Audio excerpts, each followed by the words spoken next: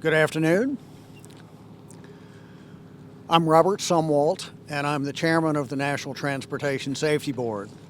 Joining me up here today, we have the special agent in charge of the Houston field office of the FBI.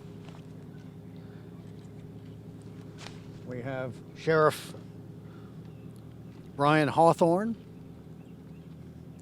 and we have Ed Michelle, Assistant Special Agent in charge with the FBI here in Houston field office. Bill English, who is the investigator in charge for this accident. These gentlemen here are here to provide moral support. The NTSB's GO team arrived late last evening from Washington to begin our investigation into Atlas Air Flight 3591, a Boeing 767-300 freighter, which was en route from Miami International Airport to Houston's George Bush Intercontinental Airport. As I mentioned, the investigative team is being headed up by Bill English. Bill is the investigator in charge. Early this morning, the NTSB held our organizational meeting where we established the investigative protocols and designated parties to our investigation. The NTSB's investigation is a multidisciplinary effort consisting of experts with recorders, aircraft systems, aircraft structures, operations and human performance, maintenance records, air traffic control, weather, and power plants, aircraft engines. Atlas Air Flight 3591 departed Miami at 11:30 yesterday morning, Eastern Time. It was approaching Houston's Intercontinental Airport on the standard arrival routes from the southeast. At 12:30 local time, the pilots contacted Houston Approach Control as they were descending through approximately 18,000 feet and about 73 nautical miles southeast of the airport. Shortly thereafter, air traffic control advised the pilots that there was light to heavy rain ahead and provided radar vectors around the weather. At 12:36 local time, the aircraft was cleared to descend to 3,000 feet. And at 12:39, while the aircraft was approximately 6,000 feet at a speed of 240 knots, communications was lost with the aircraft, as was radar contact. Now we've located video, security video, of the actual crash. This is video from the Chambers County Jail, which is approximately 1.4 miles from the impact area. The aircraft is in the video as it's descending. It's descending in a steep descent, steep nose down attitude, and it is in the video for approximately 5 seconds. We will, of course, send this video to the NTSB's laboratories in Washington, D.C. for a very detailed analysis. There was no distress call. We have conducted aerial surveys in helicopters today, as well as up-close examinations of the debris field via airboats. The main wreckage is oriented in a northwesterly direction. It's approximately 200 yards long by about 100 yards wide. The remains of both wings have been located within the debris field. Pieces of the landing gear components are located further to the northwest of the main debris path. Now, obviously, recovering the black boxes, the flight data recorder, the cockpit voice recorder, obviously recovering those is critical to this investigation. It is a painstaking process, but it is a high priority for the NTSB. Regarding other pieces of wreckage, as they are found, as they are recovered, they will be loaded onto a barge. They'll be brought to a dock over behind us, where they will be cleaned at the dock and transported to a local hangar for a detailed examination. The aircraft had no declared hazmat, hazardous materials, on board. We're gathering the weather information. We're gathering the crew employment and training records. The FBI, as you will hear momentarily from the FBI, they are collecting witness statements, and they are also supplying their evidence response team to help document the debris field. As I mentioned, we've designated parties to the investigation, and the parties are, the NTSB typically designates those organizations that can provide technical expertise.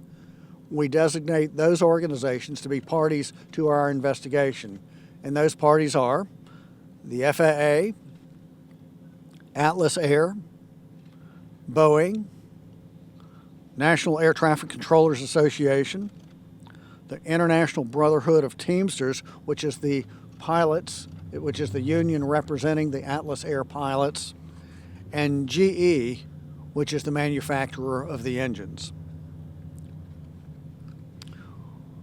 Our purpose for being here, our entire purpose for being here, is to find out what happened so that we don't have to go through this again. We want to prevent tragedies like this from occurring in the future. We're not here while on scene to determine the probable cause. We're not here to speculate. We're just here to do what I call collecting the perishable evidence. That's the information that can go away with the passage of time. And that's really what we're here to do for the next several days, is collect perishable evidence. The analysis phase will begin down the road. For the latest information, we want to provide you with updates as we can. For the latest information, follow us at Twitter. Our handle is at NTSB_newsroom, or you can follow us at ntsb.gov. I certainly want to thank the first responders. They have really been a huge help. Sheriff Hawthorne and his team, as well as all of the other local, state, and federal assets and resources, including the Federal Bureau of Investigation. In just a moment, I'll be glad to take questions. Before I do that, when I do call for questions, if you would kindly raise your hand when I call on you, tell me who you are, and state your affiliation. So we'll begin with the questions right now. Right here. Hi. My name's Rebecca Schutz. I'm a reporter at the Houston Chronicle, and I was wondering if you know how much fuel was spilled? Do I know? The question is, do I know how much fuel was spilled? The answer is no, we do not know. We do not have an approximate range at this point. However, I think it's safe to say that the fuel tanks would have been breached, and I would expect that everything that was in the fuel tanks would have been spilled into the water, and we will be able to determine how much fuel was on board at the time of the crash. There's a question right here. David Curley from ABC News. A couple of questions. First, the video. You've seen the 5 seconds. You mentioned that it was in a nosedive. As a former pilot yourself, how can an aircraft get into that attitude that quickly? Well, the question is, how can an aircraft get into a very steep nose-down attitude that quickly? And that is exactly what we are here to find out. We are here to find out why that aircraft descended rapidly into the ground. 6,000 feet isn't a lot of time to fix something. If the aircraft starts to nose down, how much time did those pilots actually have? So how much time did the pilots actually have? And we think that by a detailed analysis of the radar data, which we have not yet completed, as well as the black boxes that we are hopeful to get, we should be able to find that answer. I'm going to take another one. Sorry, Yes, David. sir. I'm a Gloria Romer with the C3 Beacon in Winnie in Chambers County. I spoke to an eyewitness yesterday, and she said that she saw the belly of the plane going down really fast, and she said, and her exact quote is, it was as if he was trying to turn. So regarding witness statements, we always find that that they're varying witness statements, and we will try to corroborate or confirm each and every one of them. By looking at the video, I saw no evidence of the aircraft trying to turn or pull up at the last moments. Is there any other questions? There's a question right here. My name is Matt Hollis with the Baytown Sun. Are you able to identify the crew members at this point? Are we able to identify the victims on board? And the answer to that is the NTSB does not do that. We do not identify